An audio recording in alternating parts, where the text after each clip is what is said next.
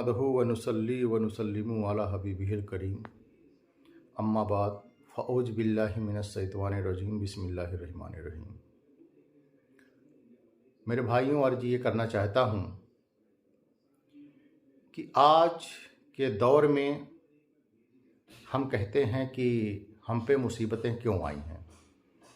अल्लाह तबारक व तआला कुरान पाक में इरशाद फरमाता है, जो तुम्हारे ऊपर मुसीबतें नाजिल होती हैं ये तुम्हारे करतूतों का नतीजा है।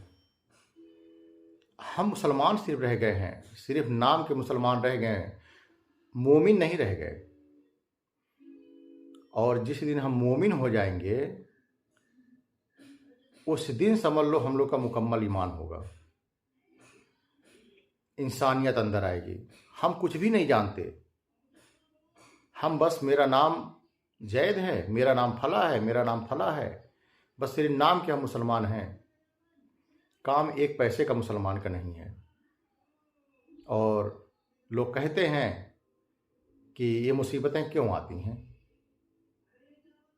जैसा कि मैं पिछली बार बताया था कि दिन भर में 24 घंटे में 3 बार मौत का फरिश्ता आता है, उसी तरह मेरे भाइयों, जिस तरह ईद के दिन, बकर ईद के दिन और जुम्मा के दिन मस्जिदें भरती हैं ना, अगर हर मुसलमान, बच्चा, बड़ा आदमी 5 वक्ता मस्जिदों को भरना शुरू कर दे, तब जाके वो सेकंड कैटेगरी यानी मोमिन बनना शुरू कर देगा। हम सिर्फ नाम के, किसी से पूछ लो, अभी कहीं भी किसी से पूछ लो कि भैया नमाजें कितने रकात की कौन सी होती हैं, नहीं बता पाएंगे। बहुत सारे लोग ऐसे हैं, लेकिन नाम मुसलमान का है। क्या मतलब ऐसे नाम से?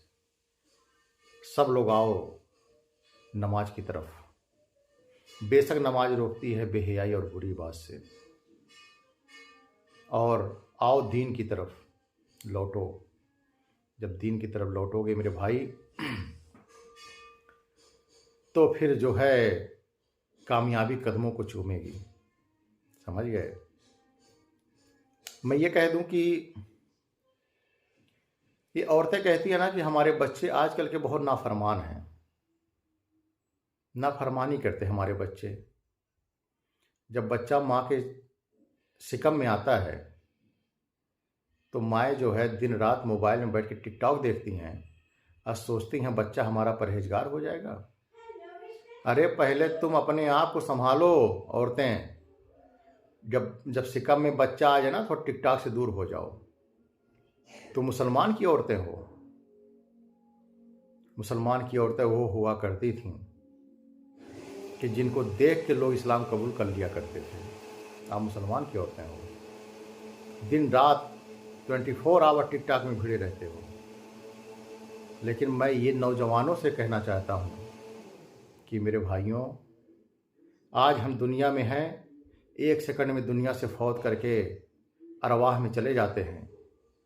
फिर हम यही कहते हैं कि काश दोबारा ज़िंदगी मिल जाती तो मैं बाकायदे सही तरीके से नियम को फॉलो करता। लेकिन ऐसा नहीं होता है। एक ही ज़िंदगी मिली है, और जितनी ज़िंदगी मिली है इतने में अपने आप को उस माहौल में ढाल लो, वरना तबाह बर्बाद हो जाओगे। मैं वीडियो बहुत लंबी हो जाती है, मैं क्या कहूँ। बस ये है, कई लोगों से सवाल जब किया मैंने कि ऐसा में कितनी नमाजें होती हैं, बड़े बड़े दाढ़ी वाले नहीं बता पाए। और कुछ लोग हैं जो बड़ी बड़ी दाढ़ियाँ रखते हैं, नमाज तो 5 वक्त की पढ़ते हैं, लेकिन झूठ बोलते हैं।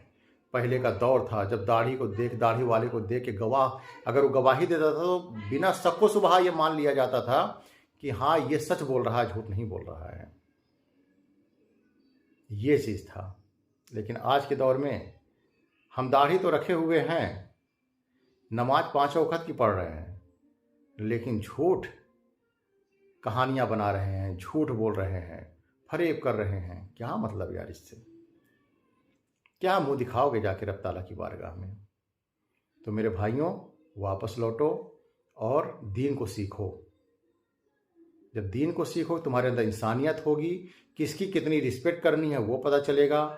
हमें किसी के मजहब को कुछ नहीं कहना, सब मजहब अपनी अपनी जगह पे अपना फॉलो करें, सब अपने अपने मजहब को मानें, सब अपने अपने दीन को मानें, और किसी को कुछ मत कहो, किसी को भी कुछ मत कहो, ठीक है।